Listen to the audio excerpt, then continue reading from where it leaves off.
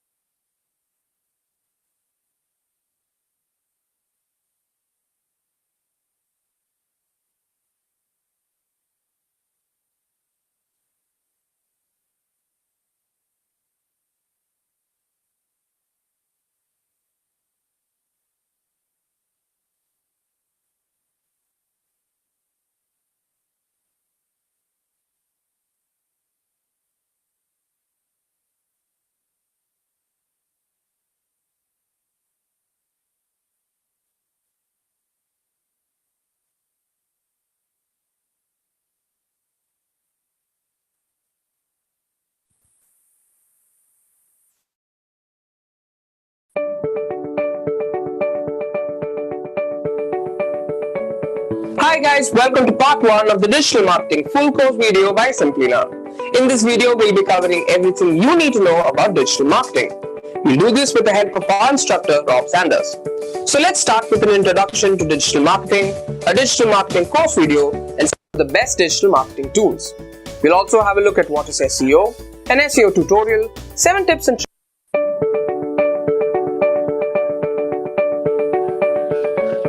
Hi guys, welcome to part 1 of the digital marketing full course video by Simplina. In this video, we'll be covering everything you need to know about digital marketing. We'll do this with the help of our instructor, Rob Sanders. So let's start with an introduction to digital marketing, a digital marketing course video, and some of the best digital marketing tools. We'll also have a look at what is SEO, an SEO tutorial, 7 tips and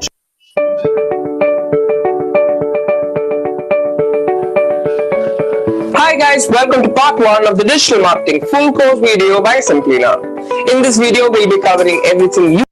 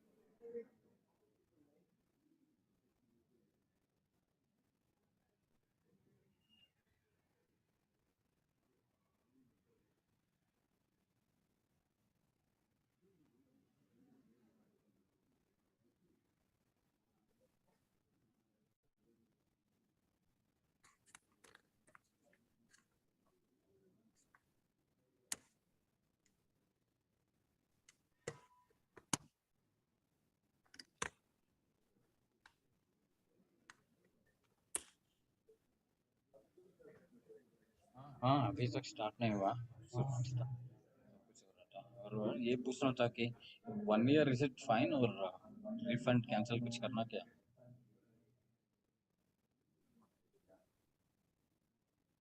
that you need to tell because I don't know I didn't have any other option that time.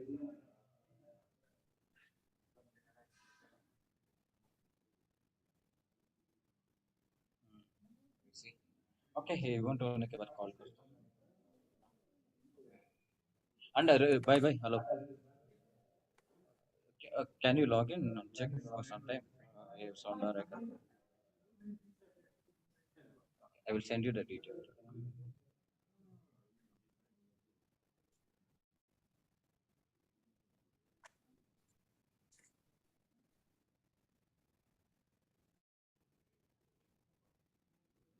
Can you log in and check for some time if sound record I will send you the details.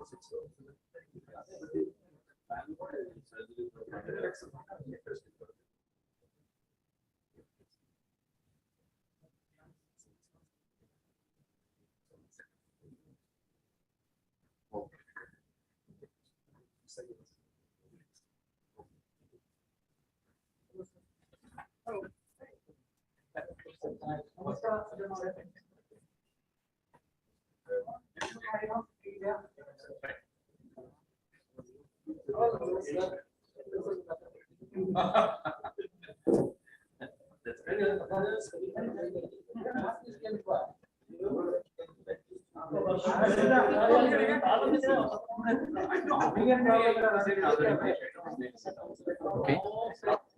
You can give me the pen.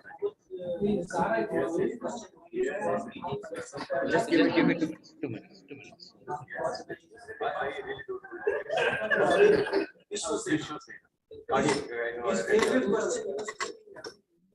The incidence of cardiac metastasis means any how to manage cardiac metastasis.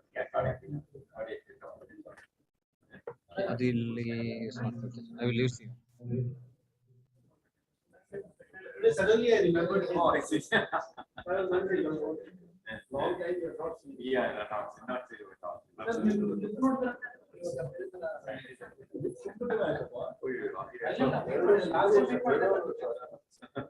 That shows that we have met. Yes. Any slip between the couple of years.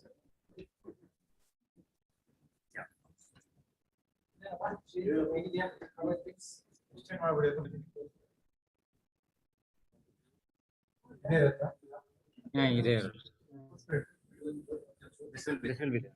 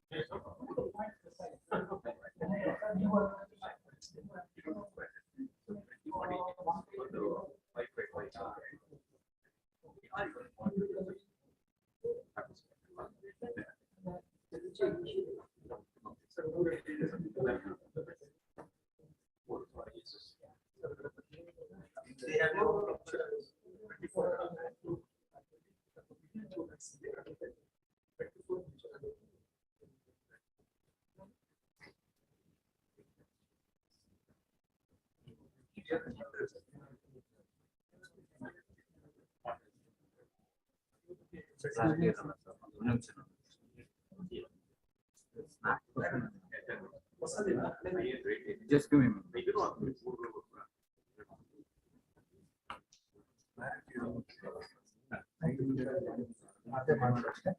So, Michael,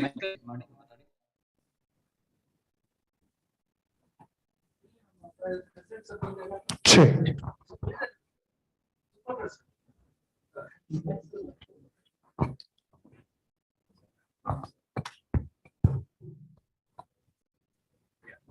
just whether you can hear me. Check. Test 1, 2. Zoom से मेरा okay, you can disconnect. Thanks. Correct ಆಗಿದೆ.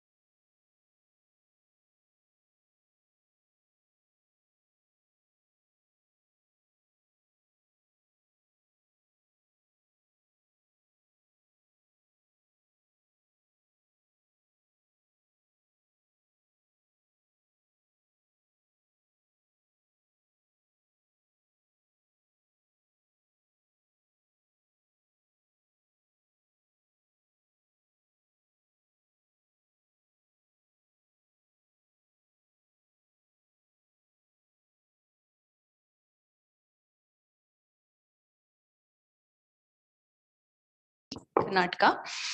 I'm hereby today presenting on the topic of Rapido trial, which compares two arms of short course radiotherapy followed by chemotherapy before the total mesorectal excision versus the standard practice we are doing, that is preoperative chemoradiotherapy followed by surgery followed by an optional adjuvant chemotherapy in locally advanced rectal cancers.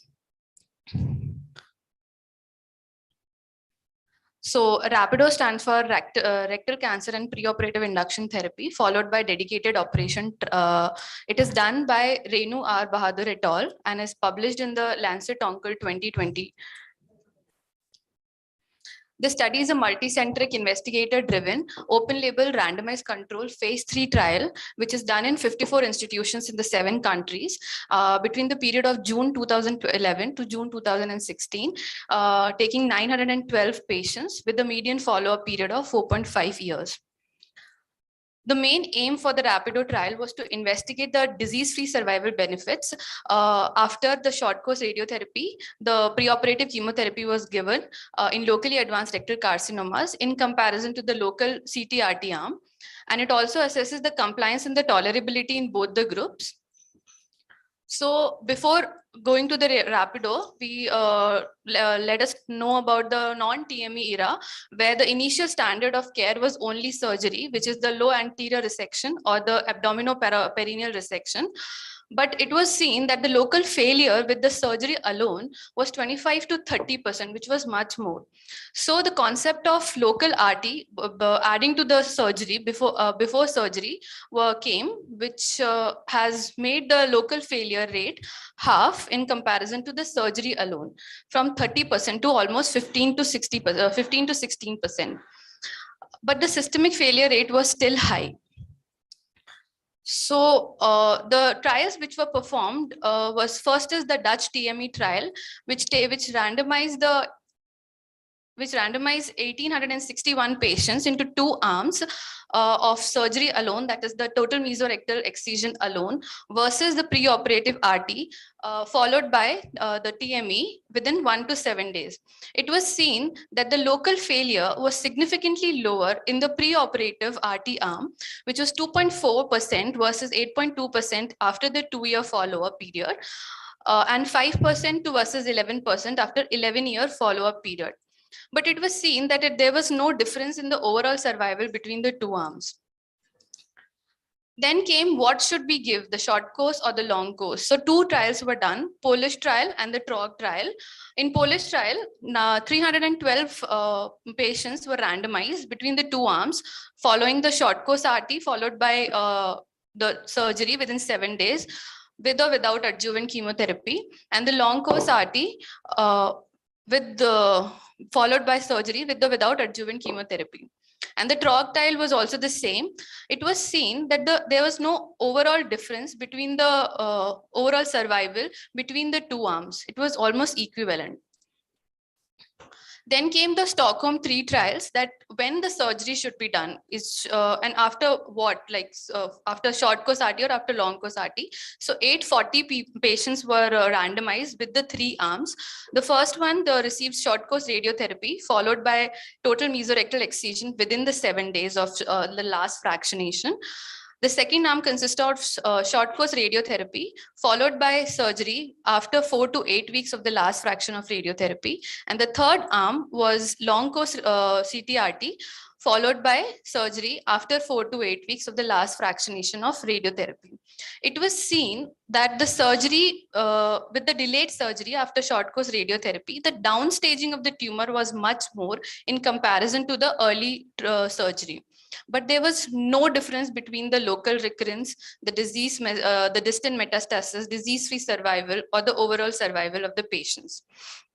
Also, the short course RT followed by delayed surgery became a standard of care after the Stockholm 3 trials.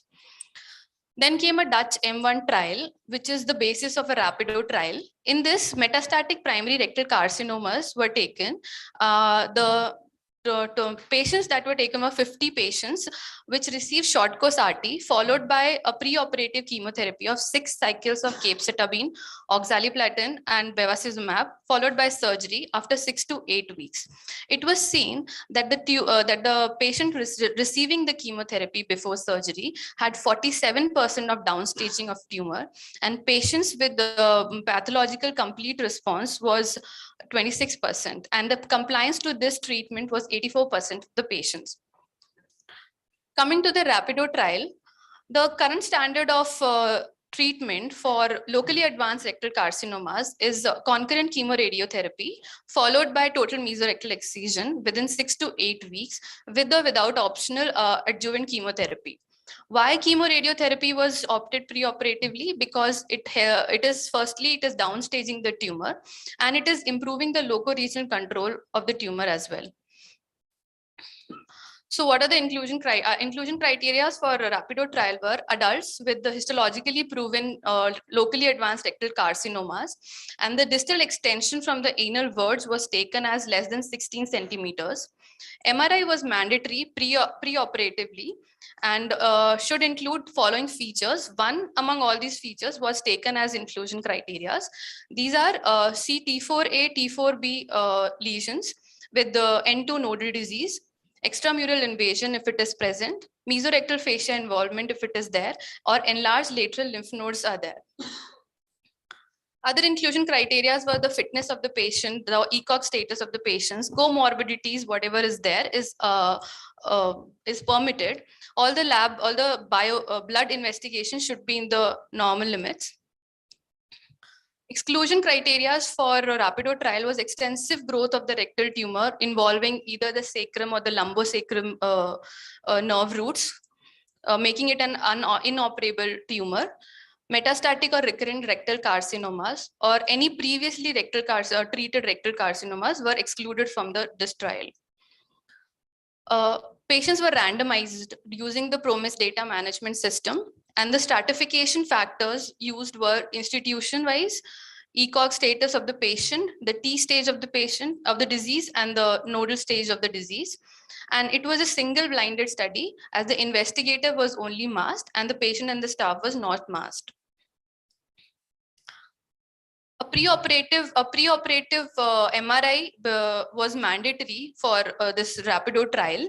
These MRIs should at least have minimally these features.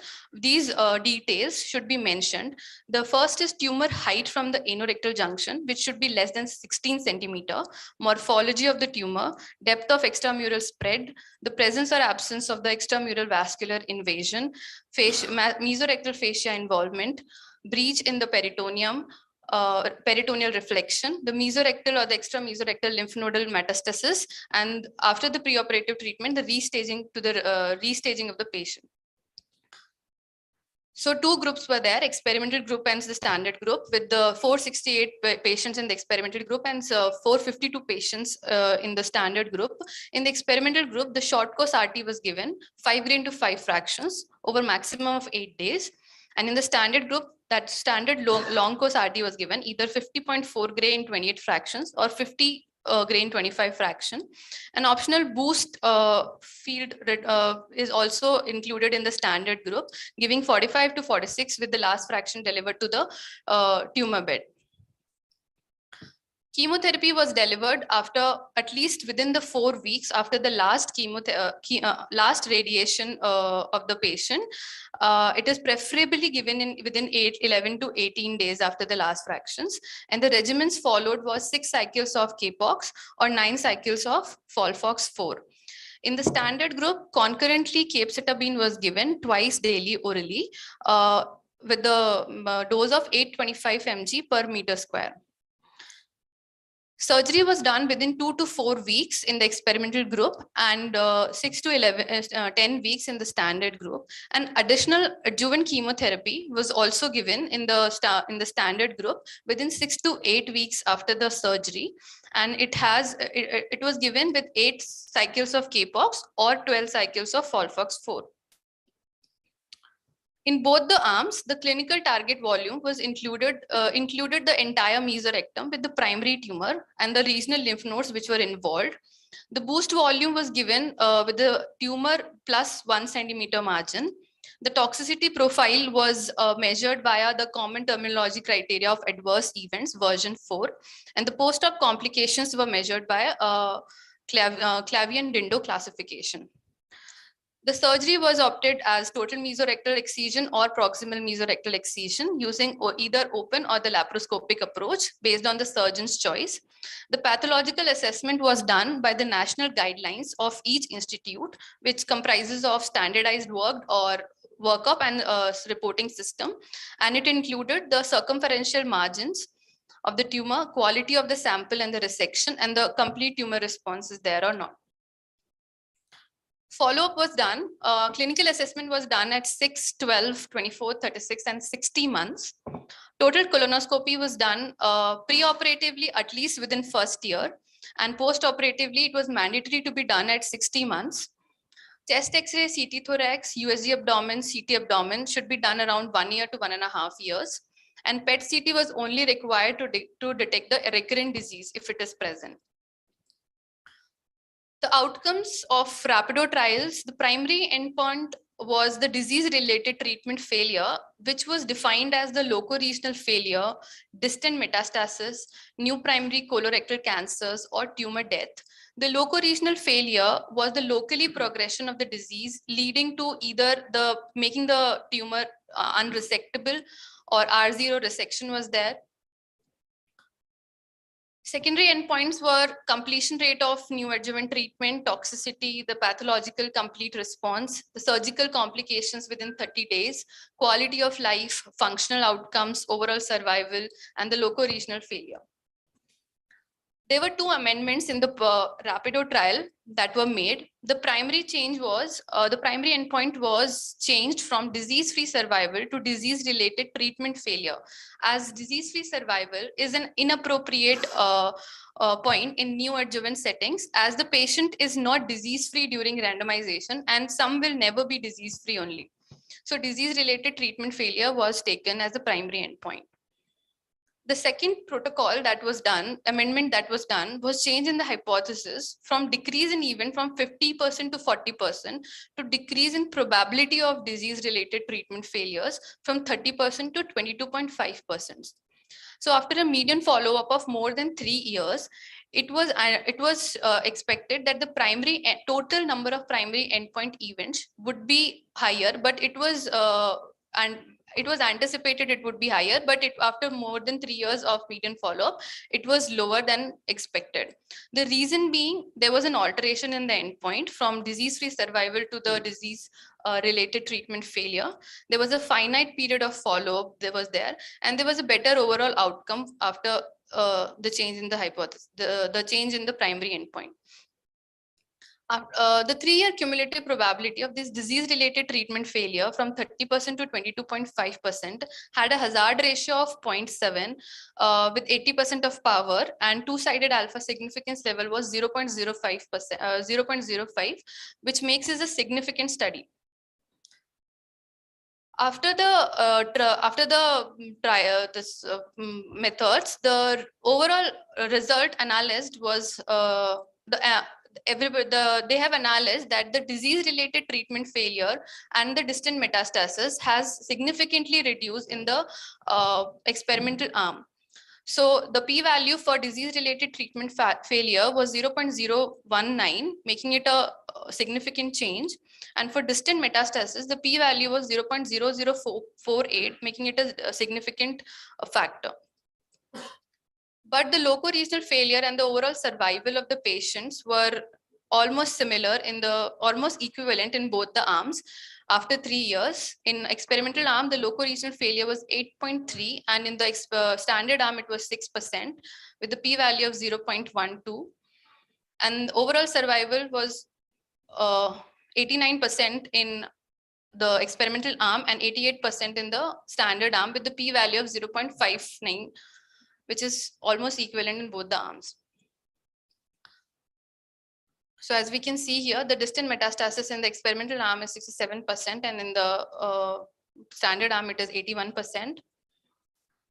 The most important response after the study was the pathological complete response in the experimental arm is almost double in comparison to the standard arm, which was 14% in the standard arm and 28% in the experimental arm, making it a very important point. Adverse events were almost similar in both the arms, and the most common adverse event after chemotherapy was diarrhea. After adjuvant chemotherapy in the standard treatment was infection related, and after surgery, the most common adverse event was wound related issues. So in conclusion, we have seen that in comparing the short course radiotherapy followed by chemotherapy followed by surgery, compared to the conventional treatment, there was a lower probability of disease-related treatment failure at 3 years. There was a high rate of pathological complete response, almost double in the experimental arm. And as the pathological complete response rate was much more higher in experimental, few patients were kept in a wait and watch surgery, making it a crucial point for organ preservation also in some patients. The reason being there's a decrease in distant metastasis in the experimental arm after after the preoperative chemotherapy, and the patients are better compliant to preoperative chemotherapy. Because of the shorter duration of chemotherapy, it is 18 weeks in preoperative chemotherapy versus 24 weeks in the adjuvant setting. And B, the chemotherapy preoperatively given helps in eradicating the distant micrometastasis that is present, making the probability of disease-related treatment failure low. So in summary, the short course and the long course RT both are equally good options. But as short course RT, we can say it is at least a non-inferior study. It is cost effective for the patient. And in high volume centers and with limited resources, we can practice short course radiotherapy followed by preoperative chemotherapy. There was a high rate of pathological complete response in the experimental arm, making it potentially contribute to the organ preservations in patients. So the decision to be made is based on the age and the gender of the patient, gender health of the patient, the accessibility and the availability of the right facilities which are present, what are the resources that are present, and a high quality MRI and the high expertized person who is reporting the MRI is a decision that has to be made. So in the end, the short course radiotherapy followed by preoperative chemotherapy can come as a standardized treatment approach in coming future in comparison to the local, because it is there's a decrease in the distant metastasis, and the pathological complete response is also increased. So, and it will be beneficial for the patient as well. Thank you.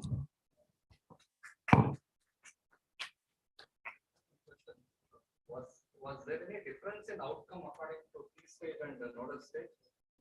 In other words, I'm asking, which group of patients would you treat with Rapido?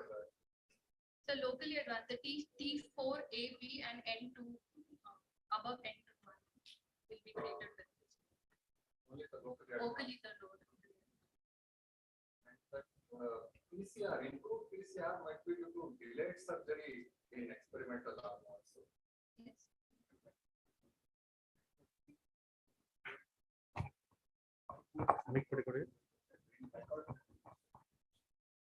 In this trial, they are not given any chemotherapy after surgery. The concept of giving a gap between the surgery and the radiation was to achieve a pathological complete response, suitability for the surgeons to do an operation, and at the same time to take care of the macrometastatic disease also.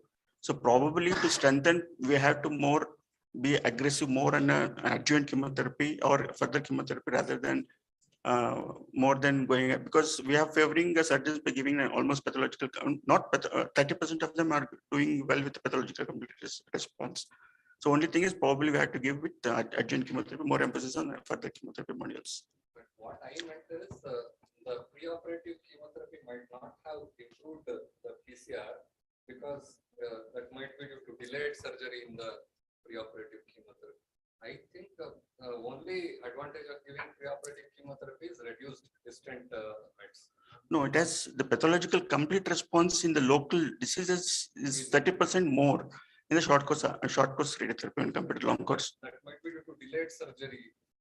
No. Even in the long course also, we'll be giving it a delay of almost for 8 weeks. We'll be giving 48 weeks. We'll be giving that also. It's showing 14%.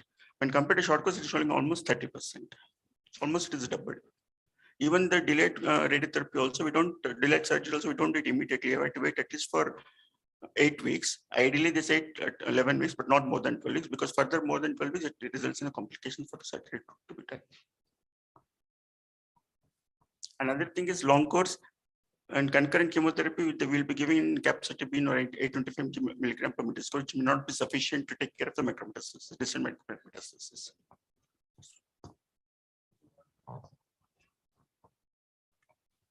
See, actually, in fact, like almost for the 8-10 years, you start with the CTRT first, followed by 12 weeks of gap.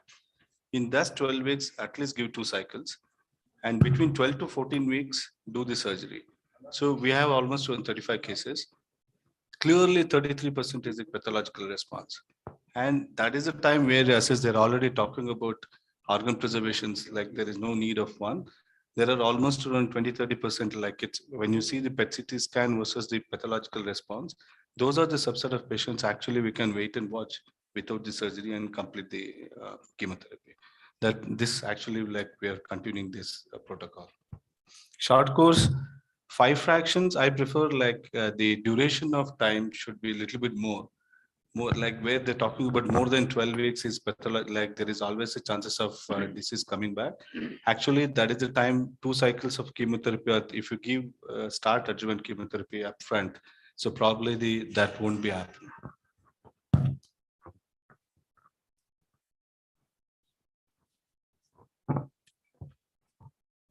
If there are any other comments or questions, I think if not, we'll go to the next talk.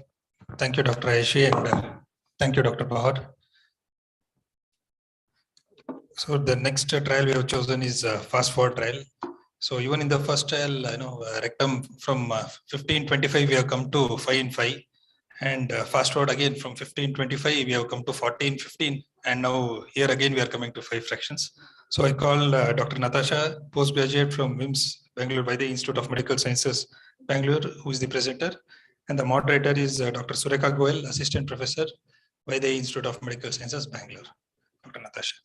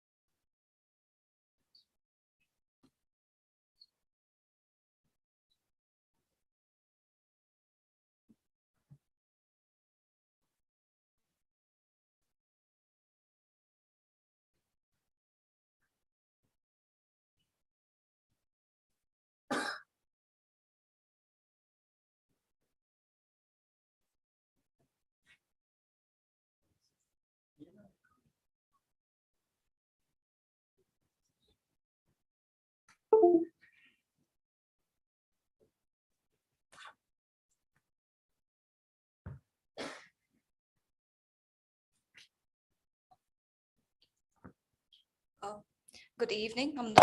I'm Dr. Natasha from postgraduate in the Department of Radiation Oncology from Vaidya Institute of Medical Science. I'll be presenting on hypofractionated breast radiotherapy for 1 week versus 3 weeks. That is a fast forward, a 5-year efficacy and the late normal tissue effects. First, coming to the introduction. Breast cancer RT schedules have traditionally followed the US standards of conventionally fractionated RT of 50 grain 25 fraction. This has changed over the past few years after the publication of mature data from the START trial and the Canadian trials. Now coming to the question of why hypofractionation in carcinoma of breast. Currently, India has approximately 545 teletherapy machines, out of which 180 are telecobalt units and 365 are linear accelerators, which is not enough to take care of the ever increasing incidence of cancer patients in our country. Now coming to the radiobiological reasons justifying the use of hypofractionation in breast cancer. Normal and malignant tissues vary in their responses to the RT fraction size. And the lower the alpha by beta ratio, the greater the effect on normal and malignant tissues of changes in the fraction size. The healthy tissues of breast and the rib cage are sensitive to fraction size and alpha by beta of less than equal to 5 gray. So small changes in fraction size can produce relatively large changes in the effects of RT on these tissues, also known as the late reacting normal tissues. And it takes around months or years to develop atrophy or fibrosis after RT. So results were consistent with the hypothesis that the breast cancer cells were sensitive to high dose perfraction since they have low alpha by beta ratio. Now coming to the history of hypofractionation in case of breast carcinoma. First we have the START pilot trial, which was done in the 1986 to 1998 with 1,410 patients allocated to 3 groups. That is a control standard arm, 50 grain 25 fraction compared with a 39 grain 13 fraction. And the other arm was 42.9 grain 13 fraction. Then we have the START A trial, which was conducted in the year 1998 to 2002, which included 2,236 patients, which were allocated to 3 groups, that is 50 gray in 25 fraction, 39 gray in 13 fraction, and 41.6 in 13 fraction. In both the studies, it showed no difference in the overall survival. Then we have the START B trial, which was conducted in the year 1999 to 2001, which included 2,212 patients. It's allocated to 2 groups, that is a 50 grain 25 fraction and 40 grain 15 fraction. In both the trial, moderate or marked breast induration, breast shrinkage, telangiectasia, breast edema were significantly less common normal tissue effects in the hypofractionation group than in the 50 group. Then we have the FAST trial, which was conducted in 2004 with 915 number of patients, which included invasive breast carcinoma of PT1 to T2, node negative post BCS of age more than equal to 50 patients, which they were randomized into 3 groups, that is 50 grain 25 fraction in 5 weeks, 30 grain 5 fraction over 5 weeks, that is 1 fraction per week, then 28.5 grain 5 weeks over 5 weeks. The primary endpoint was 2-year change in the photographic breast appearance, and the secondary endpoint was 5-year change in the photographic breast appearance and clinical assessments of adverse events and the ipsilateral local tumor control. Here is a graph,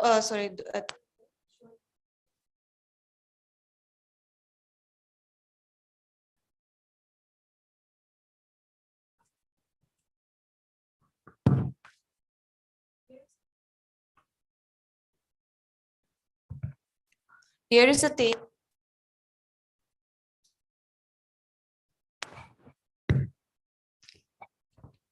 Here is a table showing change in the photographic breast appearance in after post 2 years and 5 years, which was statistically insignificant between the 30 gray and the 50 gray group and 28.5 and the 50 gray group.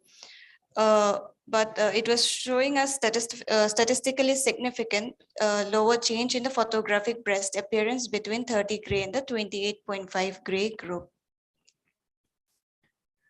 Now coming to the fast forward trial. It is a multi-center phase 3 randomized non-inferiority trial done at 97 hospitals in the UK, which was conducted by Adrian Murray et al. During November 2011 and June 2014. And the article was published on May 23rd, 2020 in the Lancet Journal. Coming to the aims and objectives, to identify a 1-week schedule which is non-inferior to a standard 3 weeks regimen for 5-year local tumor control and similar in terms of late adverse effects, and testing the safety and efficacy of 5 fraction schedules of adjuvant radiotherapy to the whole breast or chest wall delivered in 1 week compared with the UK standard of 15 fraction. Coming to the study design.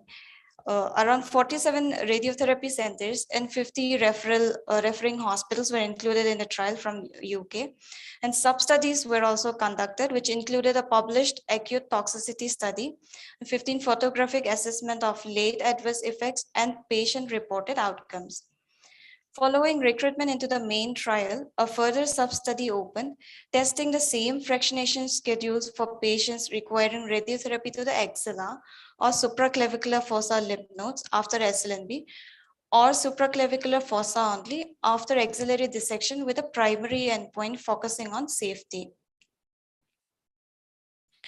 Coming to the inclusion and the exclusion criteria. Inclusion criteria included patients of more than equal to 18 years of age with diagnosed with invasive carcinoma of breast, post any surgery, that is BCS or MRM, with negative margin, surgical staging of PT1 to T3, N0, N1, and M0, and exclusion criteria included more than equal to 65 years of age, PT1, grade 1 or grade 2, ER positive, HER2 negative, then concurrent chemotherapy, previous history of any malignancy or RT to the chest wall, and nodal irradiation was not allowed in the main trial.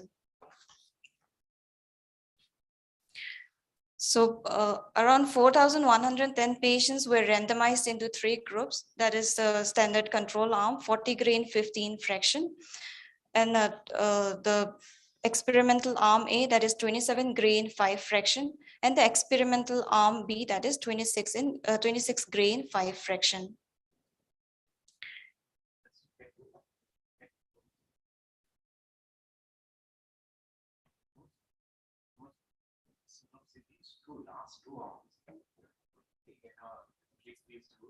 The difference is only 0.2 gray per fraction.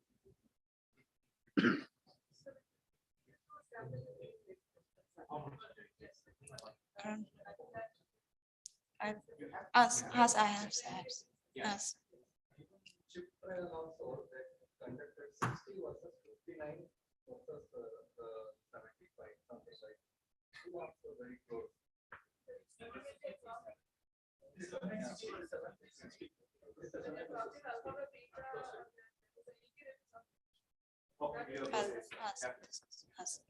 reflects certain uncertainty about the knowledge of that. That's why they take these codes to which is the correct according to the code.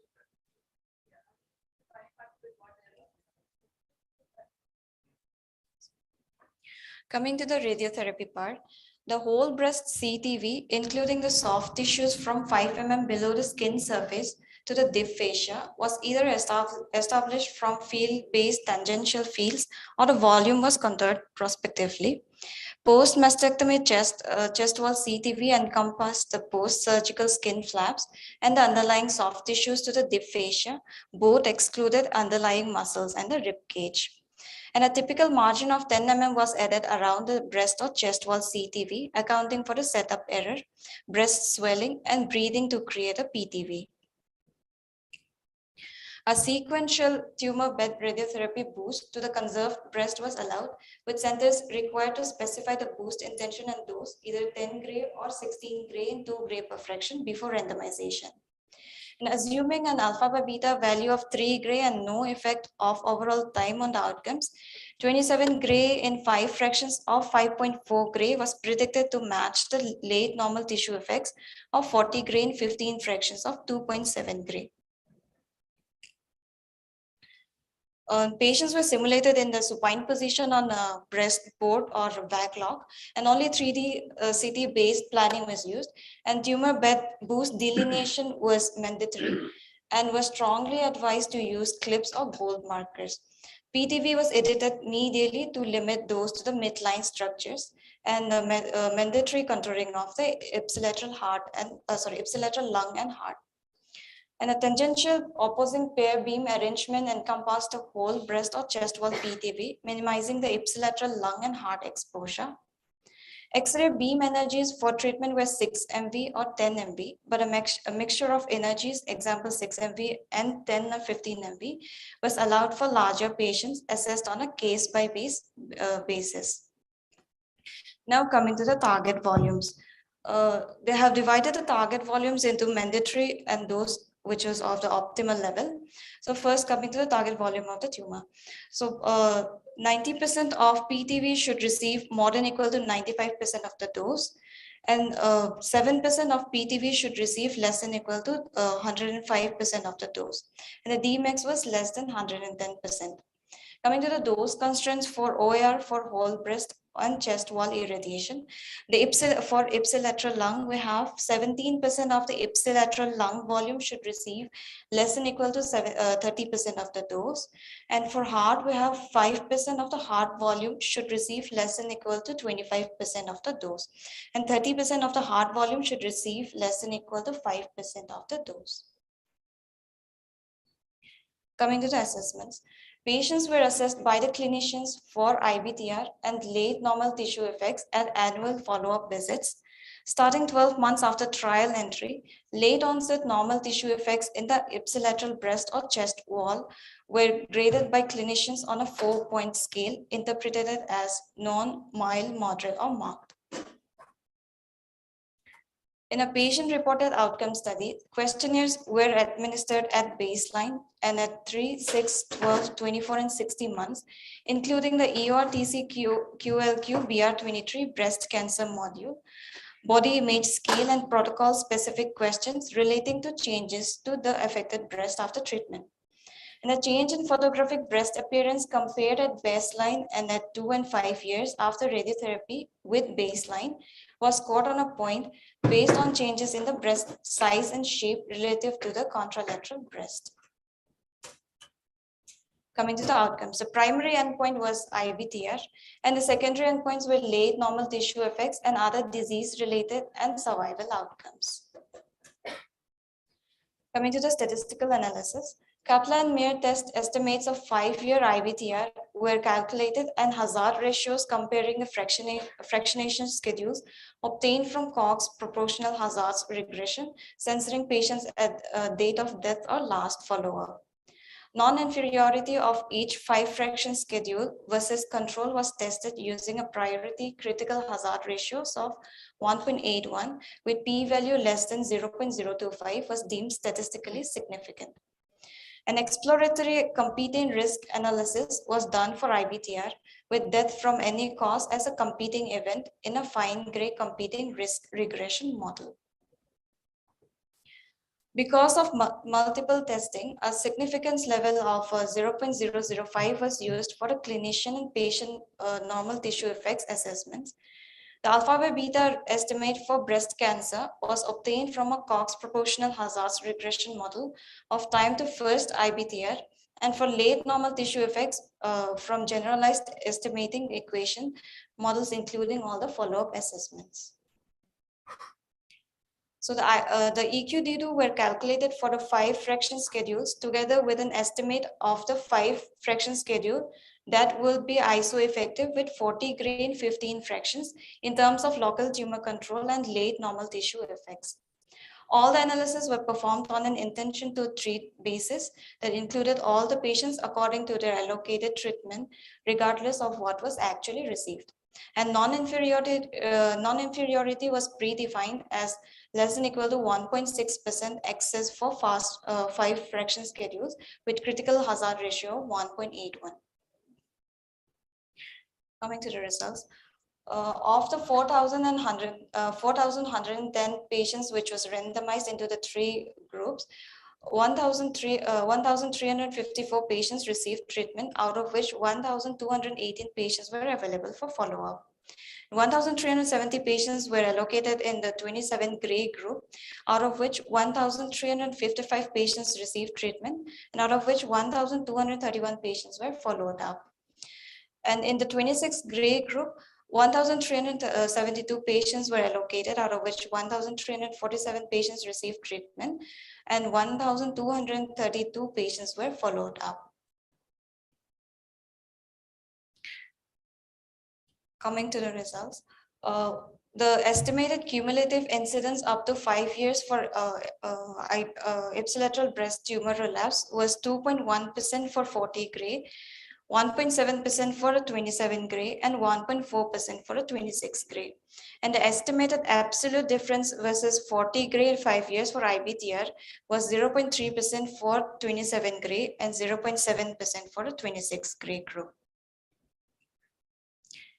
The unadjusted alpha by beta estimate for IBTR was 3.7 gray, with EQ-D2 estimates of 44.7 gray for 40 gray, 43.1 gray for 27 gray, and 40.6 for 26 gray, with no correction for the treatment time.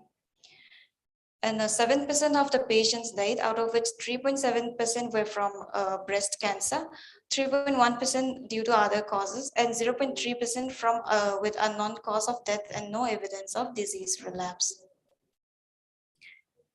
And after 27 patients with cardiac death, 15 had a history of cardiac disease reported at randomization or were a current or ex-smoker in the past year. Here we have a table showing the ipsilateral breast tumor relapse, loco-regional relapse, distant relapse, and any breast cancer related events and all-cause mortality.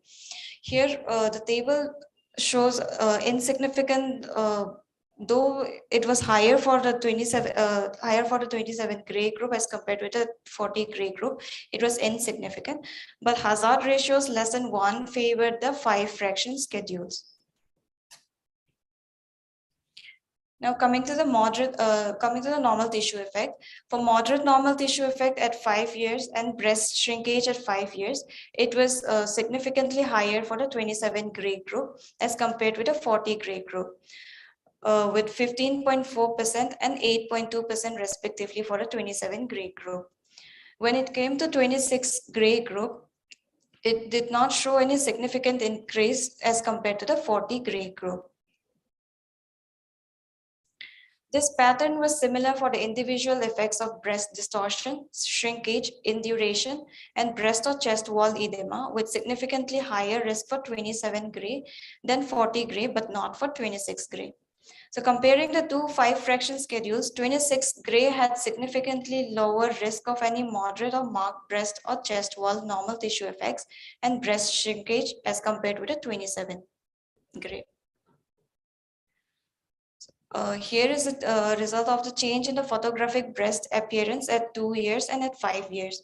For 27 gray group, it was showing high results with 15.6% and 26.9% respectively as compared with the 40 gray group. When it came to the 26 gray group, it was not significantly increased as compared with the 40 gray group, but it was significantly lesser when compared with a 27 gray group with 10.8% and 13% respectively. Here we have a table showing normal late tissue effect and the breast distortion, breast shrinkage, breast induration, telangiectasia, and the breast or chest wall edema, which was showing significantly higher in the 27 gray group when compared with the 40 gray group. But when comparing with the 27 gray group, the 26 gray group had a lower risk for all the changes. And the EQ-D2 for the normal tissue effect, considering the alpha by beta as 1.7, was 47.1 gray for the 40 gray and 51.6 for 27 gray and 48.3 for 26 gray. And the EQD2 for change in breast appearance, considering alpha by beta as 2.3, was 46.1 gray for 40 gray, 48.2 gray for 27 gray, and 45.2 gray for 26 gray.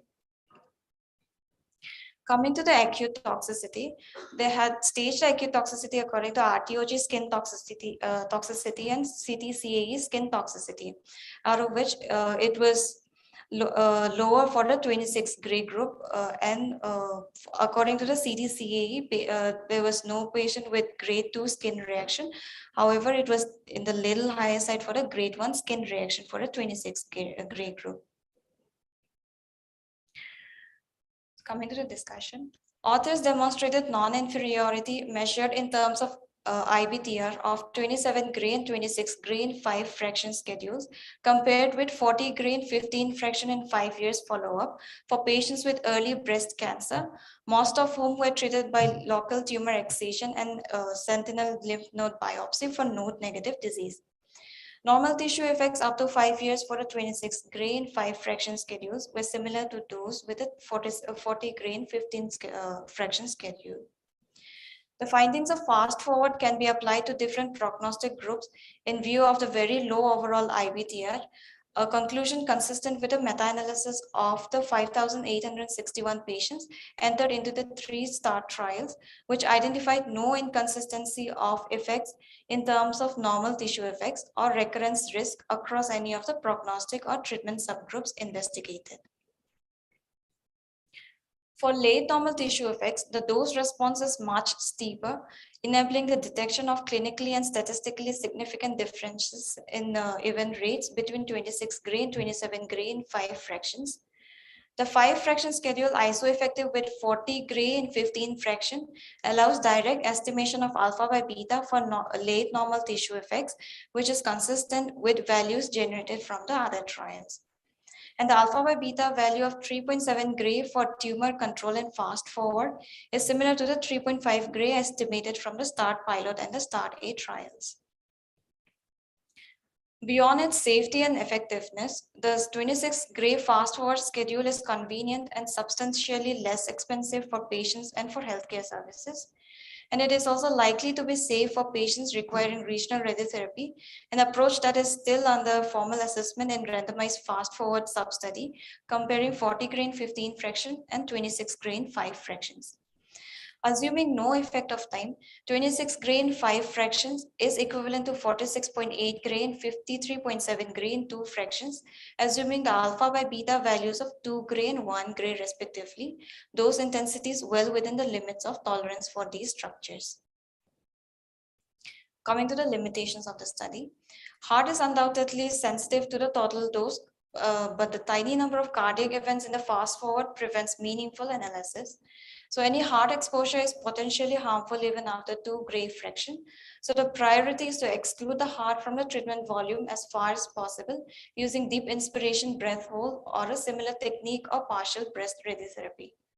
And the size of this trial prevents reliable subgroup analysis by patient age, tumor grade, receptor status, and systemic therapies, but consistent with the 10-year analysis of almost 6,000 patients in the START hypofractionation trials, there is no suggestion of heterogeneity. And finally, synchronous boost regimens were avoided despite current interest in this application of hypofractionation. Coming to the conclusion. In conclusion, 5-year IBTR incidence after 1 week course of adjuvant breast radiotherapy delivered in 5 fractions is non-inferior to the standard 3-week schedule according to the predefined inferiority threshold. The 26 gray dose level is similar to 40 gray in 15 fractions in terms of patient-assessed normal tissue effects, clinician-assessed normal tissue effects, and photographic change in the breast appearance.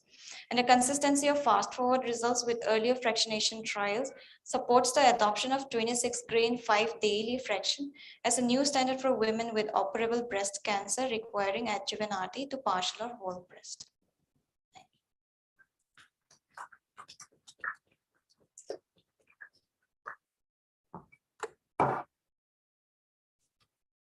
This is the summary in which fast forward trial actually showed that 40 grain 26 grain 5 fraction was non-inferior to 40 grain 15 fraction in terms of IBTR. Assuming the tumor alpha by beta to be 3.7, the EQD2 was 44.68 for 40 grain 15 fraction, 43.11 for 27 grain 5 fraction, and 40.6 and 20 for 26 grain 5 fraction. But the difference maybe which explained the higher toxicity with 27 grain 5 fraction was because the alpha by beta assumed for normal tissue was 1.7, which made the EQD2 51.81. However, we should consider that fast forward trial never took into account the time factor. Haviland et al., who had done a study, START trial, found a time factor of 0.6 gray per day for tumor tissue and 0.14 gray per day for normal tissue. If this time factor is taken into account, the 26 gray fast forward scheme has an EQD2 of 57.4 gray for tumor and 52.4 gray for normal tissue, which will become higher than 27 grain 5 fraction. So it illustrates that the uncertainties in alpha by beta ratio and in the value of time factor have the largest impact on the ultra hypofractionation schemes, whereas the impact of EQD2 on the moderate hypofractionation scheme is limited. So before implementing it, we should carefully wait for the results, and by then we should go with moderate hypofractionated scheme. However, RCR consensus guideline says that we can offer 26 grain 5 fraction when we are treating whole breast alone or chest wall alone, or when we are given partial breast radiotherapy. We can consider 26 grain 5 fraction over 1 week for chest wall radiotherapy with reconstruction, since the number of reconstruction cases were very less in fast forward trial. We can consider 28.5 grain 5 fraction over 5 weeks, and we should not give 26 grain 5 fraction over 1 week for patients who have significant comorbidities that make daily radiotherapy difficult. 15 fraction over 3 weeks for regional nodal irradiation, they still don't recommend 26 grain 5 fraction, and we should wait for the results of the sub-study of fast forward trial in which nodal irradiations were done. For patient in whom boost has to be considered, we can give a sequential boost of 10 grain 5 fraction or 16 grain 8 fraction. But having said that, as it was done in fast forward study, when we implement 26 and 5, there should be daily EPID imaging. All displacement should be corrected at each fraction. After correction, if there is more than 5 mm difference, then we should repeat the setup, or we should consider resimulation. And similar verification for all the fraction of conformal photon boost should be done. If it is an electron boost, visual verification with skin marking should be done, and strict QA and QC protocols to be followed for daily treatment and image verification.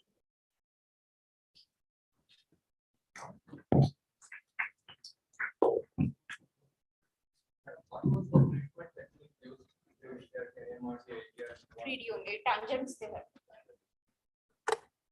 How much time it takes for 5 grades to get per fraction when you give a 5 grade? How much time? Generally, what will be the dose? What's the dose? Yeah, so within 5 to 10 minutes, DFDH patients to comply with that needs. 15 minutes now, it takes 15 minutes. Unless you have a very high dose like machine. Yeah. Once a patient releases the DFDH is maintained, the radiation switches off. No, that's it. But the patient will have there for almost 15 to 20 minutes at a time.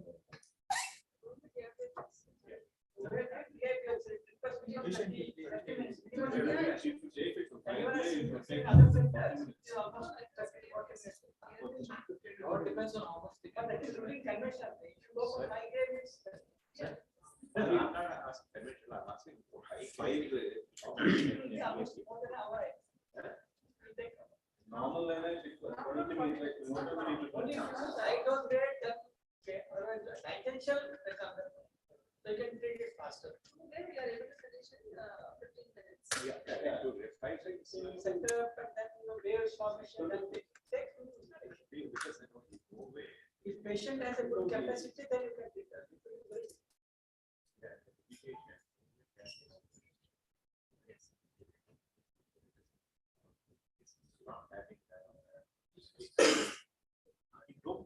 So those 5 days will take minimum 12 minutes for the second in a much more than So Tomo doesn't have to. it's okay. Tomo direct will take minimum 20 minutes. Possible, that's my question. It's okay, but also transition, it's not with DIVH and all. This is minimum, is a 3D. The DIVH is the preferred method actually. If you add the DIVH, it's, I think 45 minutes to 1 hour. So without DIVH, so even with the DIVH, it takes.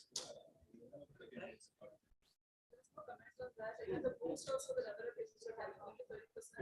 So that's another thing which. Initially, the time duration will be long, but over a period of time, the patient is supposed to pay presentation that the time becomes very short. And how much time? 20 years. Initially, when the patient is taking on 25 seconds, or 30 seconds of that hours, over a period of time, almost is as in more patient is for 30 seconds, they are able to hold that for 35, 40 seconds. Not more than 30 seconds, the patient can't hold it. Correct. So, treatments like will be some more than this. And behavior is voted for the left breast, right breast, no. The newer trials, 4 trials, they are using the IMRT.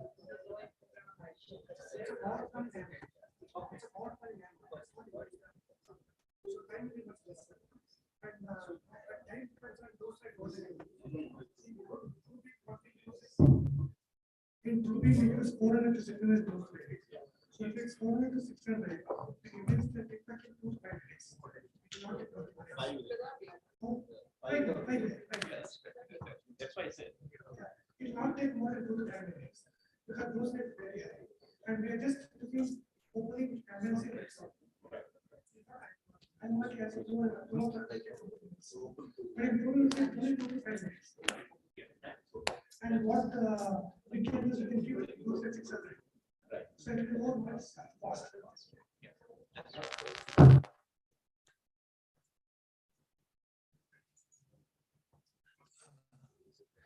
Any other questions or comments? When was published? 2020. It was published.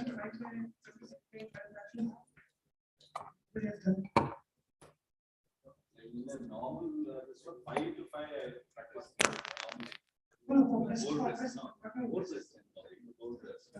Not as an adjuvant. More like a metastatic disease after completion of the treatment. No disease in the breast, 9 to 5 always happen. So I was thinking the question of the radiation, role of radiation adjuvant is coming again and again. That is really role of radiation. That's I always tell. Is anybody following fast forward is the question. Okay, series forward. Yeah. And what's your experience regarding acute therapy? In fact, I'm very surprised. Nothing happens. Nothing happens. Nothing happens. There's one going on right now also. Nothing happens. I'm not sure there's any difference between that treatment and what we have been doing earlier. And the same is true about, I saw some high skin toxicity rates. I'm very surprised about that. So that kind of thing is not there. So I think the only thing you can expect a little bit of edema of the breast, which settles down. Other than that, as of now, I have not. So I also have to say that my assessment is not as I would say accurate as their assessment is. Because for us, actually, patients are on treatment. Once they finish treatment, they go back to either the medical oncologist or the surgeon. So subsequently, we are not seeing, but any major issue is definitely not there. Yes, 7 patients. I treated 7 patients. They are not. Yes. The problem of reaction comes after medicine is completed. After 2 weeks, if all repeating all the patients, that can be some. You see the skin toxicity, if we moved across hypofractionation with 1525 or 1528, in many people towards the end of the treatment in last few fractions, we used to see skin reactions, sometimes grade 3 also. Once we moved to 14 to 15, that became a rarity. And now with 26 in 5, it is further rarity actually. So, yes. No, sir. I personally feel that DIBH is an overkill when you're treating whole breast alone. DIBH's real need arises when you need to treat the drainage area, especially the internal memory. For whole breast alone, I'm not sure what's the need for DIBH. So I will consider only if in some particular specific patient, the anatomy is such that even whatever you do, you're not able to meet the heart constraint. Maybe in that one odd case. As a routine, I don't see what's the need for that.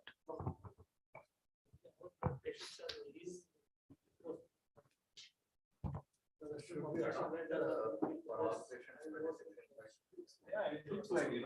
You'll be forced to adapt. Short dose. And then the chances of the boost is, the role of boost does not arise if it is still like 26. Right. Sorry, the right thing to do is, we have so many, 10, 12 centers can right away participate. And let us put our cases to wherever it is really required. And assess it after a year and say 1 year why you cannot chapter.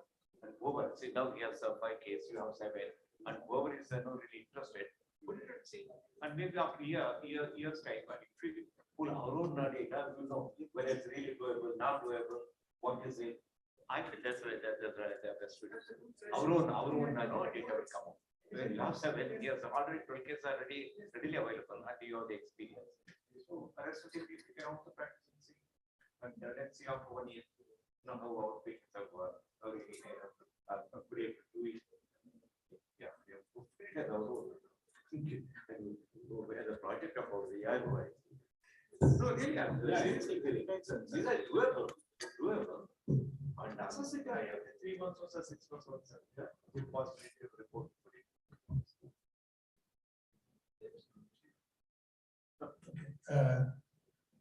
Thank you, Dr. Natasha and Dr. Surekha.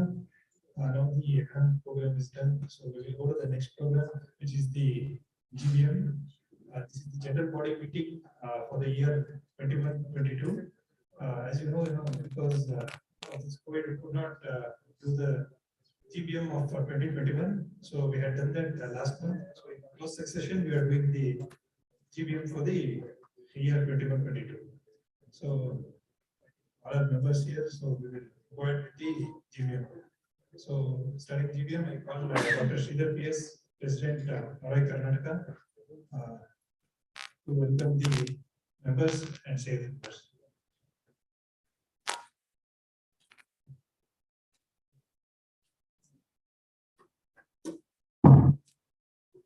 So I hope non-members they can go out. It's okay. Yeah, fine. Yeah, then only. So I welcome for the GBM and for the year 21-22, and so we know that these last 2 years has been difficult times in terms of the COVID times, and we couldn't do a lot of things which we thought about. And nevertheless, I'm sure that the next office bearers will take it forward and carry the legacy. So we'll start the GBM and the proceedings. Sure. Thank you, sir. Now we will go to the secretary report for the year 21-22.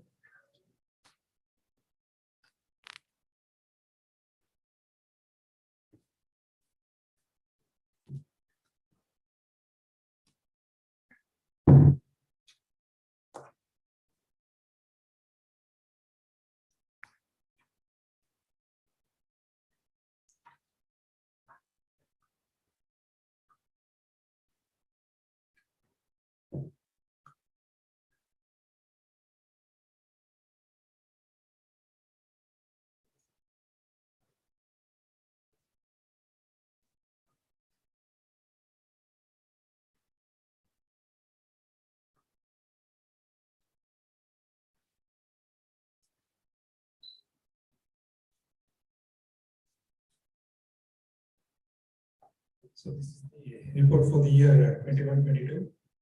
So the year 21-22 was a mixture of bad and good times. The bad times were when we had the second wave of COVID, where much activity was not done, mainly because most of the institutes were involved in care of COVID patients.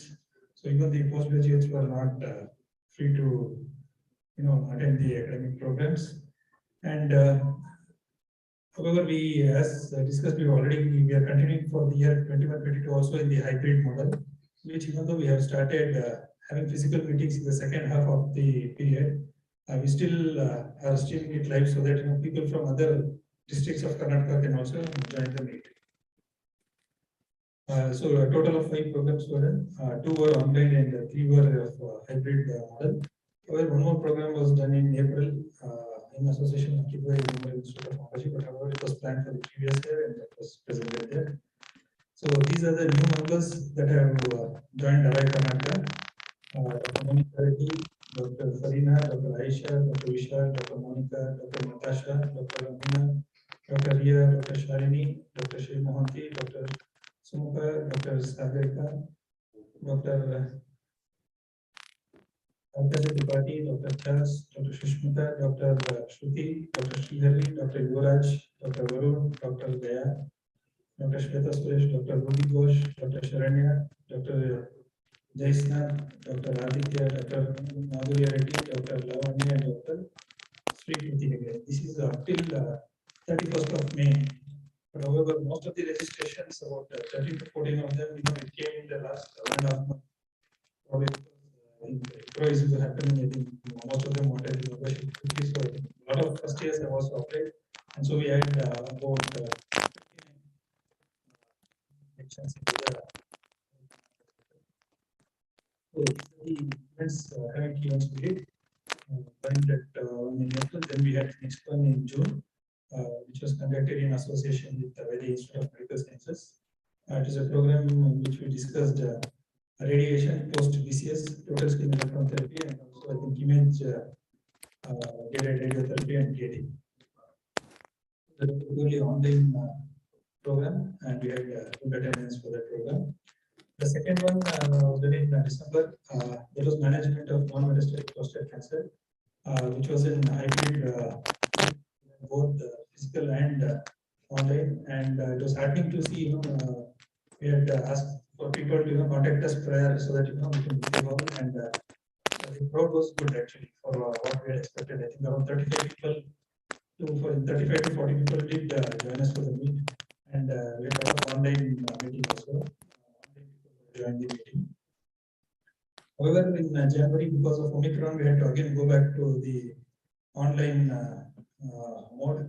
And here, KCTRI, Navnagar Hubballi team, they wanted to present their work and their experience in cobalt 60 brachytherapy. So joint CME was done, and to see that people from other districts are also able to join us, even though physically we are not able to meet them. So that program was done. And 9th April, that is last month, we had a program on immunotherapy and radiation, which was again a hybrid too, and we are doing the current program now. We had a program in collaboration with AMPI, also in association, during that AMPI period. So these are the programs that we conducted. That is the scientific programs. So coming to the conclusion, we could not. The main regret was we could not conduct the programs, in cities outside Bangalore for obvious reasons. However, because of the hybrid meet, we have been able to contact a lot of, connect with a lot of members. Today also, I think by the time we started the program, we had about 40 people who had joined us online. So it's quite good. The learning experience for us to be part of the executive of Aroi Karnataka. In hindsight, yes, we could have done some things different and some things better, but it's always easier to see that.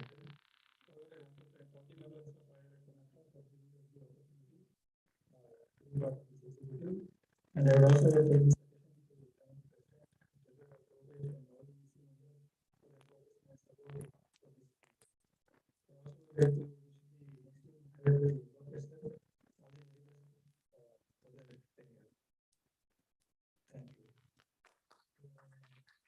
Dr. Rupesh, Treasurer, to present the financial report for the financial year 21-22.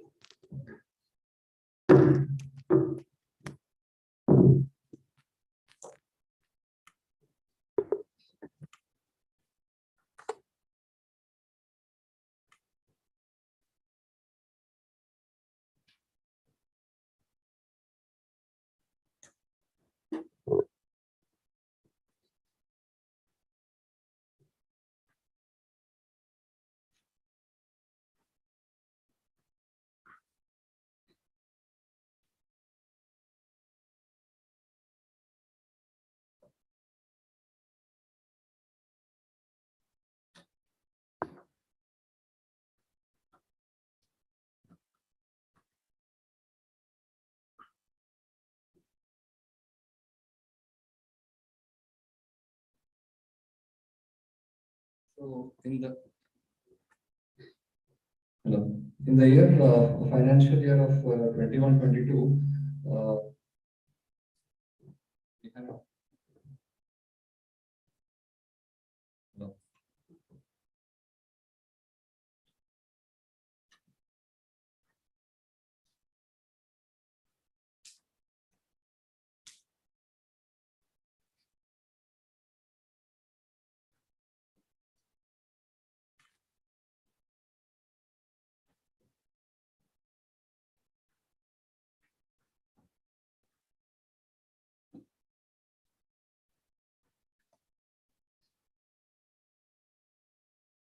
So in the financial year of 21-22, we had receipts of around it was opening balance was 1,75,000, and from the FD interest it was 53,173. Interest on saving bank was 7,186, and membership fees we collected of 15,000, and sponsorship fees which came from various CME was 1,96,000. So we had a total of 4,47,000 deposits. But the outgoing payments were for CME expenses, we spent 62,000, for journal expense 30,000, auditor fees of 23,000, and TDS of 5,337. So it was a total of 1,21,000.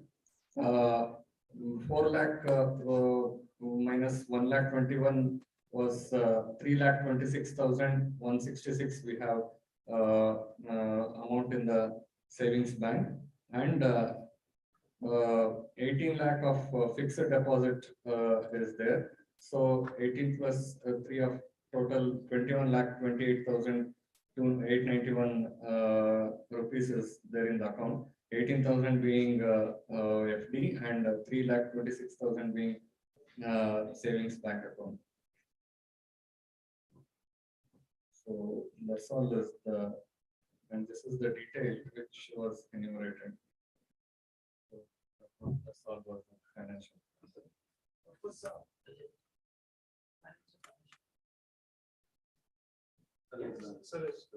Yeah, actually, I will propose it to be somebody else. The only my point is utilization of the fund. No point in keeping the fund just 21 lakhs for who's next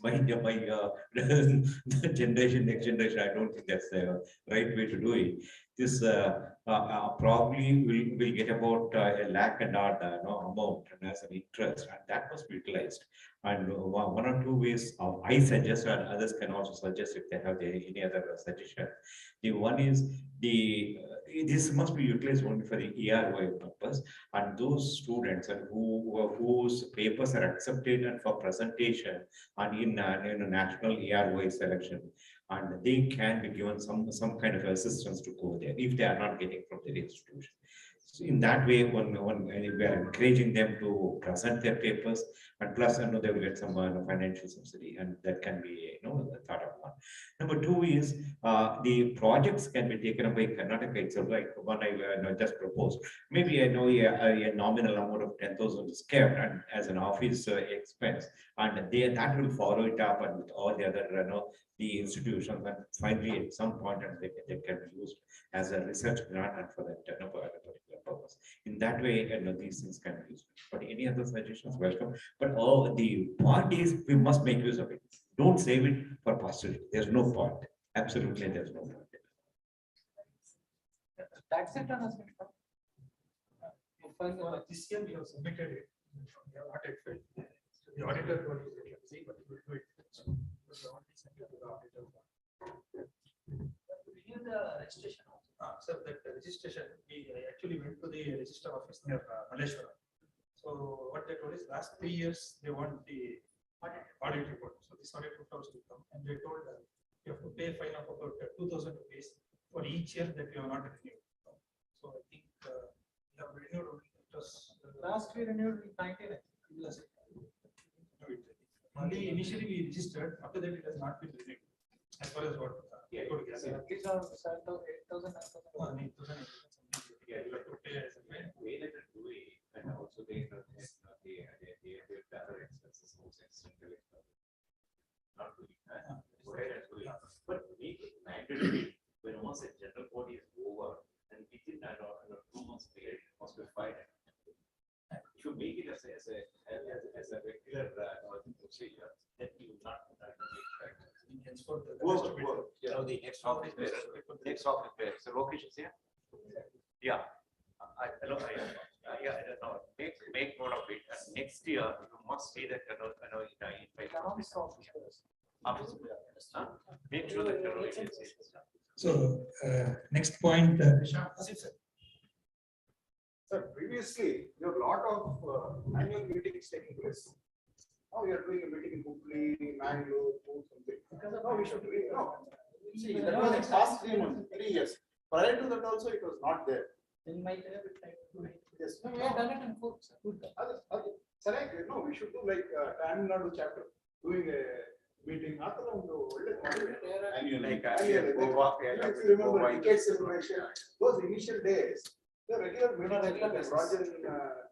celebration was there. Regularly, if you do, even the students will have an opportunity to present and We can have full day program, sir, so that we can allow the students also to present. once a year or biannually. The financial statement is passed. Now I request Dr. Sidana, was the election commissioner, to announce the officer commissioner to announce the results of the electoral officer.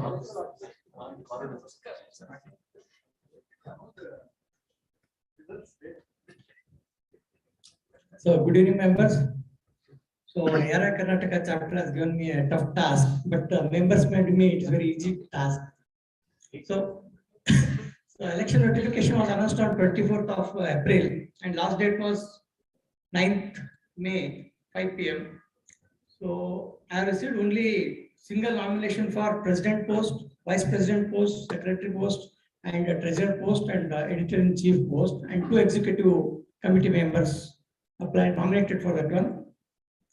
So hence there was only a single nomination for the office bearer post by 5 p.m. of 9th May. So hence they have been elected as office bearers. So now I call upon President Professor Lokesh and Vice President L. Vijay Bhaskar, Secretary Ravindra Gangana, Treasurer Sunil Aroi, Editor-in-Chief Abhishek Krishna, and executive members Dr. Surja Banerjee and Dr. Johan Sani. So I welcome all the office bearers, and they can take over charge from the existing office bearers. Thank you.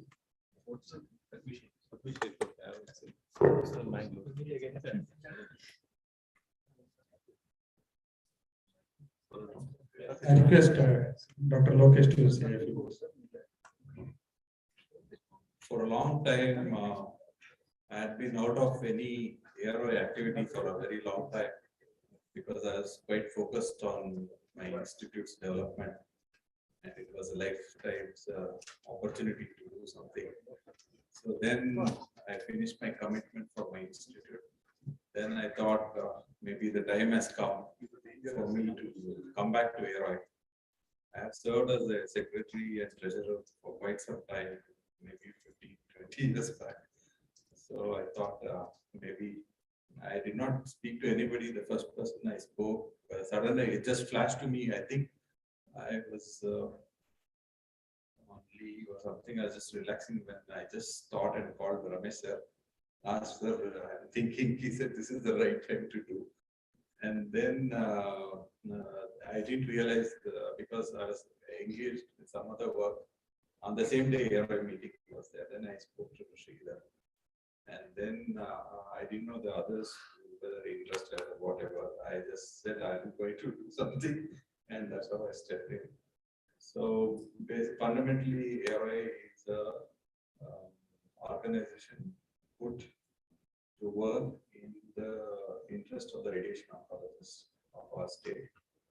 And then during COVID period, there were a lot of issues that actually occurred where NMC issues cropped up. Then there was a physics issue also cropped up.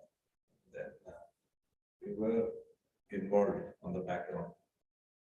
We did some work on the front also. So, but that was not the reason why I thought we should come forward now. I feel now basically it's a association of all of us, and many times students across institutions, they're also like our students. So many times when we evaluate synopsis or thesis, I don't even look. I just look at this thing and sign it because they're also like our students. So many times it's not see there. If I'm signing something, it will not be people who have seen it on the background. So that's how it will be. And then, but the students should realize that the specialty in which they're getting trained is only 3 years, and that time is insufficient. Maybe the time has come that we need to work to make all MD radiation oncology to DM radiation oncology. That may be the way to go, and later split into subsets. If somebody wants to do NCA, DM, whatever. So I think that split should probably occur at that point. So, but what we are seeing now is many times students are more focused on guidelines, things like that. Somewhere they should go back to the fundamentals. If their foundation is weak, the whole thing getting adjusted to a lot of new things that are coming will be totally on a fluid foundation, and it can just get hit very easily. So I think they have to become more competitive in terms of being competitive with the medical oncologists, surgical oncologists, then putting more efforts into the genetic aspect of the tumor, bringing in isotope, genetic, those kind of things are the things that will happen, and we need to push our boys and girls in that direction. And I'm happy Dr. Vijay Bhaskar is with us, and then Ravindra is there, and Sunil. The other two boys I just got introduced, so we'll ask them to introduce themselves, and then probably Vijay Bhaskar was there, because I've been little off the scene for some time. And then what I feel is we should kind of think what benefits our specialty. Many times I tell our boys, don't wait for me, the meeting starts or goes on without me. What is put on table should be executed. So that's how it will be. And we have to think of a framework where every centers contribute. And also, before I came, I was thinking of what you said, sir, because there has been something that is happening with TMH. They are doing it on a bigger scale. And then, because sometimes what I think, TMH already made the guidelines. So we said, one center has put a multidisciplinary management, they publish books and all that. So there is no point reinventing everything. Let us play in principle, accept what they have done, because they have put a lot of efforts to bring those booklets. Let us follow that. But they were kind of saying that every partner must contribute, otherwise they will think they are enforcing something on us. So this software development aspect is also correct. Something big they have, but they are also a little cautious. Fundamentally, what I feel, our output is based on our data on 5 years or 10 years or whatever. I need not publish at this point, but the junior, upcoming faculty or the students should realize they should have something to talk about 5 years or whatever, toxicity data, things like that. Without that proper documentation, there will be no red journal publication. It's so when we look, not many people in fact submit abstracts for red journal. I see only Sridhar's here there. Regularly he does that I have seen. But many people, they need to submit it. Otherwise, you will nowhere be in the picture, national, international picture also. But somewhere you will also understand the kind of documentation that is required for international work. So somewhere we should focus on that aspect. I'll just hand over to Vijay Bhaskar and Ravindra. Thank you very much, sir. I started as a student rep in Aroi back in 2003. And I've been always working with Dr. Lokesh, Aroi National Conference, Talk. So hopefully we will work again together and do good. Thank you very much.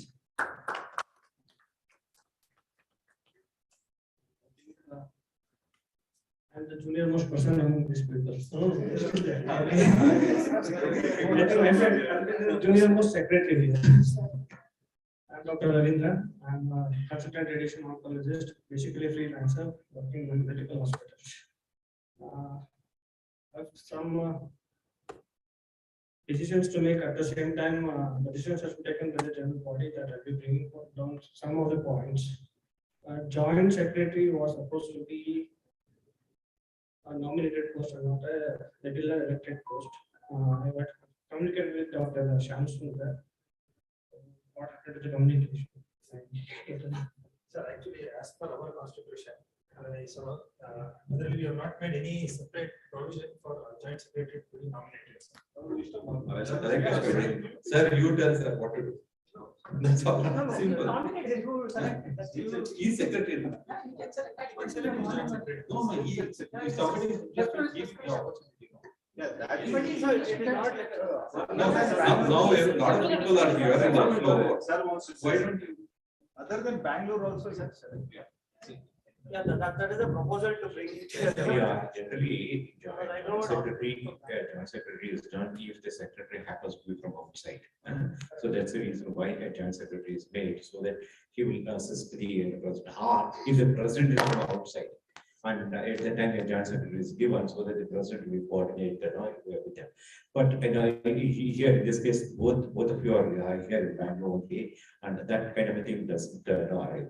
However, if somebody who wants to work as a joint secretary, most welcome to take, and the president and secretary can take a decision. To invite anybody, nominate them, and they'll be your.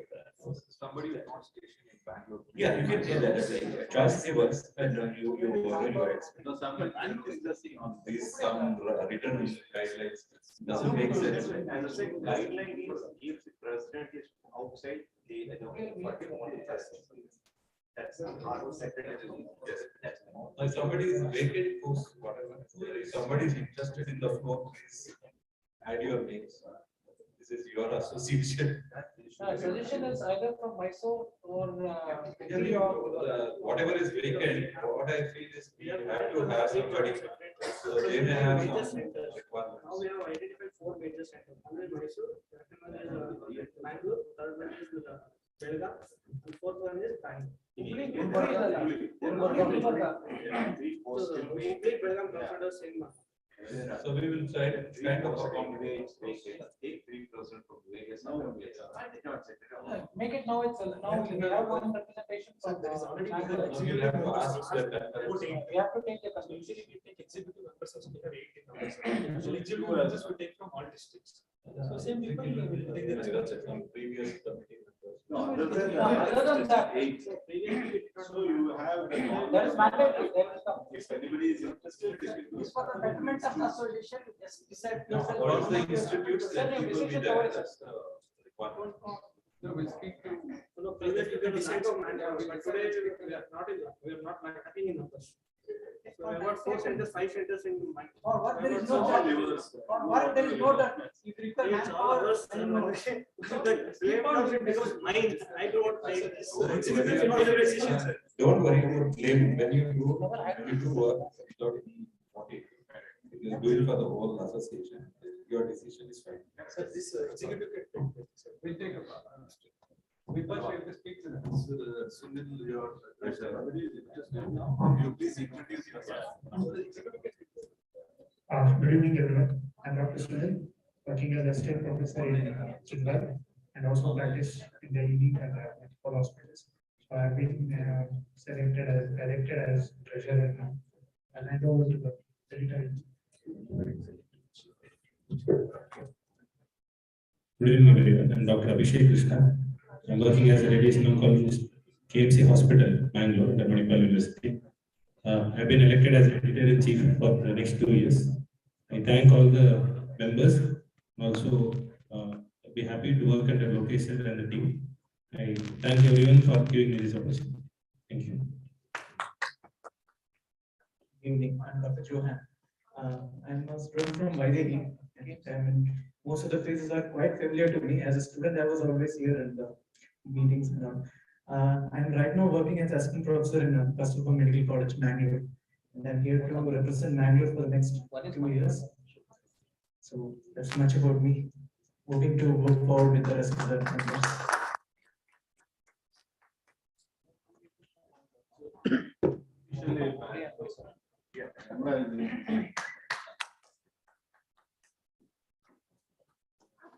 I think we should do a special welcome to Abhishek and Johan. They are coming from Bangalore for this meeting.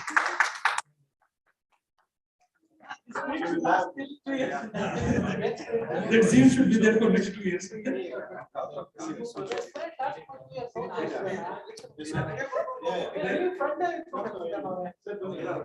There is one more person whom I forgot to introduce, one more executive member. His name is Dr. Shaurya Banerjee. He is the associate professor in St. Kasturba Medical College. He couldn't come today, but I just introduced him also. Many people don't realize we have stalwarts of our oncology association, Dr. Kumaraswamy, Dr. Ramesh. Okay. They formulated this association more than 30 years back. And our time only education students educate ಎಷ್ಟು passionate. Now I am seeing it seems the students were told there is a meeting, but nobody is here.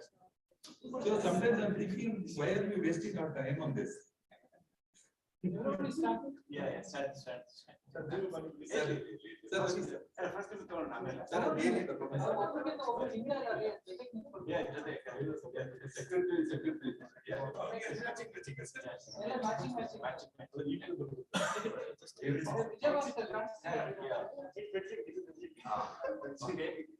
Smile everyone.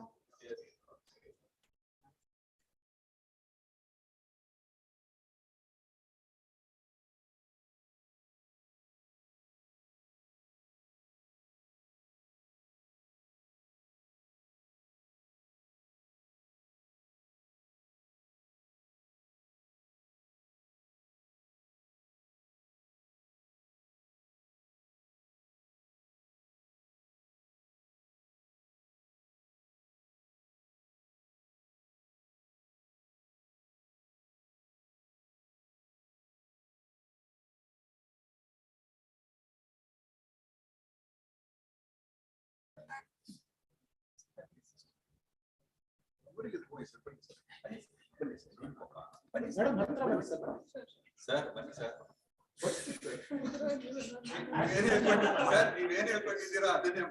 next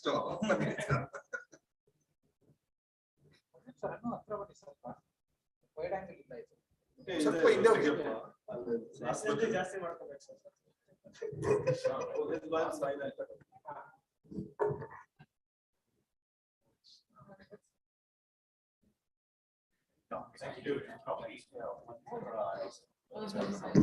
One more announcement which has not been said is one of our the student got a gold medal in the TNP examinations.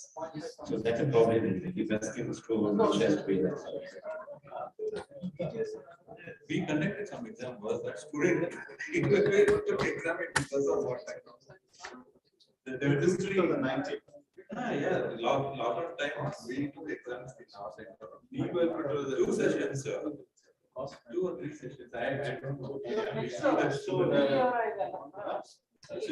Yeah, Delhi Aroi.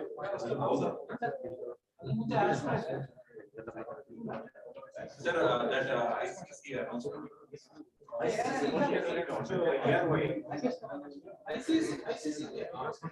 One more important announcement. There is a national conference of brachytherapy that will be conducted by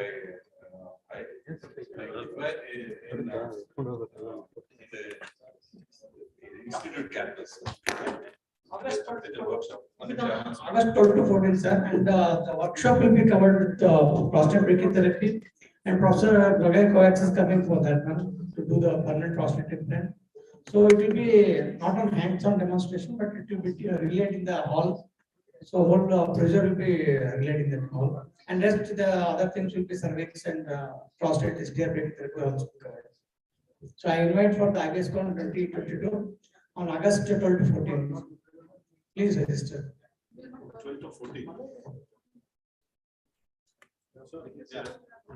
So we'll conclude, and I'll sincerely thank everyone for attending the conference, and please join for the cocktail and dinner.